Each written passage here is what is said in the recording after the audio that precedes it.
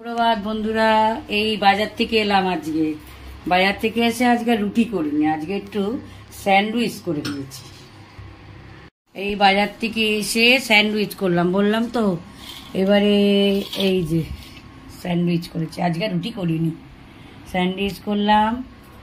আশু খেতে আসবে, খেতে আসলে দিয়ে তারপরে আবার সবজি কাটবো। এবার কি করেছো? এই তো আজকে তো বললাম না, পাউরুটি দিয়ে একটু করে দিই, দেরি হয়ে গেছে। না না, দেরি হয়ে যায় গো। নাও ধরো, দাদার কাজ হোক, দাদাকে দিচ্ছি। তারপরে এই বাজার করলাম বন্ধুরা, দেখো পটল, গাজর, টমেটো, তারপর একটু লতি আনলাম, তারপরে কুমড়ো, বেগুন, একটু গন্ধলেবু, সব করে নিয়ে এলাম। তারপর দেখি আজকে একটু জল ভাত খাবো। আজকে ভাবছি আর কিছু করব না, সবজি টবজি। আজকে জল দিয়ে ভাত দিয়ে একটু ফুলুরি আনাবো, ফুলুরি দিয়ে খেয়ে নেবো।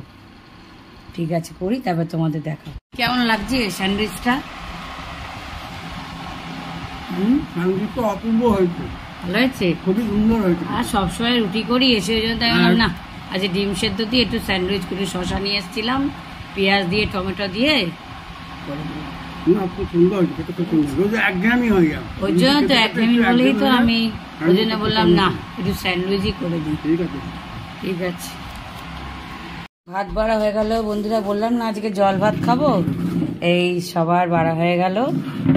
এই ফুলুরি, একটু আলুর চপ, একটু লঙ্কা ভাজলাম, আর একটু পেঁয়াজ, আবার একটু পটলও ভেজেছি। এই আজকে আমাদের খাওয়া। গন্ধলেবু আছে, গন্ধলেবু দিয়েছি।